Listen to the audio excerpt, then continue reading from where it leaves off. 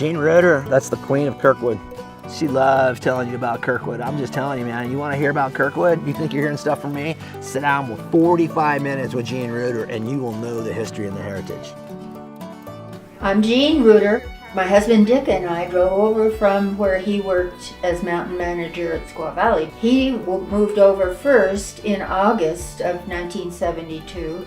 We moved into the Fremont house at Christmas time of 1972. Before we left, we had been sleeping on the floor in the part that was the dining room, and it was so cold that Dick got permission from the owner to cut a little hole in the ceiling, and he got out his camping stove. It's just a little square stove, and we put kindling in it. We were all in our sleeping bags on the floor around this little stove for a short time. And then the next fall, we found out that Norm Rupp and his wife had almost finished building a log house there on Dangberg, and they offered it to the ski resort to be used for employee housing if it was needed.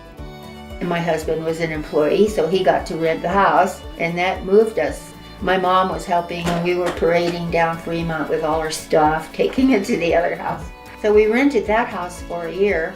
At the end of the first year, we bought it. That's when we started living there. We stayed there for 50 years, well, 49 years, because we had the other year in Fremont. And she literally was the glue to everybody out here, and she was the glue to the Reuter family. She was Dick's support. She kept the Reuter family together, 4 wild kids living in a resort, starting from scratch. She was also the place that a lot of the families went to when things were tough out here. She was the person that would share the venison when they went out and they caught their bucks out here. But she also was the community contact for the school. She's one of the original founders of the Kirkwood Ski Education Foundation, KSEF. She was the school bus driver. She was the teacher. She was the glue. We visited the superintendent in Amador County and asked for help. We wanted some way for the children to be able to go to school. We talked him into providing us with a mobile classroom, and he did. He set up a kind of a trailer thing that was all arranged as a classroom with bathrooms and kitchen sink and so on. It was great. We started out with just 5 children, and very soon more kids came. Some of the employees wanted to have their children go to school there while they came for work. So we ended up with a pretty good number of children there, and they were all different grades. It was all spread out. They worked really well together. It worked out just fine. I made different lesson plans for them, but they also did things together. When we went out to play baseball, the big kids helped the little kids.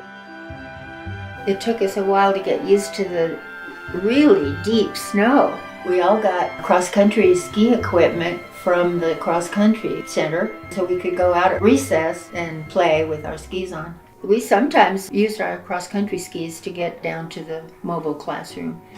In fact, one day the snow fell so fast while we were in the classroom that it made it impossible for us to open the door. I had actually dug a tunnel by opening one of the windows. We extended it so that whenever I called for a fire drill, the kids would get on their boots and go through the tunnel to get out of the school. But the day that the door was shut, I asked Eric, because he was the oldest there, to push on the door until he could start scooping the snow, put it in the sink, and get the door open for us.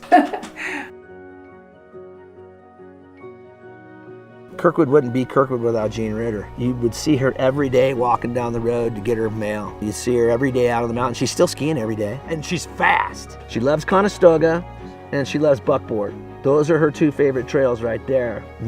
Probably because the route's named after the Reuter family, or Dick Reuter. You'll see her commonly out here riding the route, and I don't imagine this winter's gonna be any different. But when you see her, stop and say hi.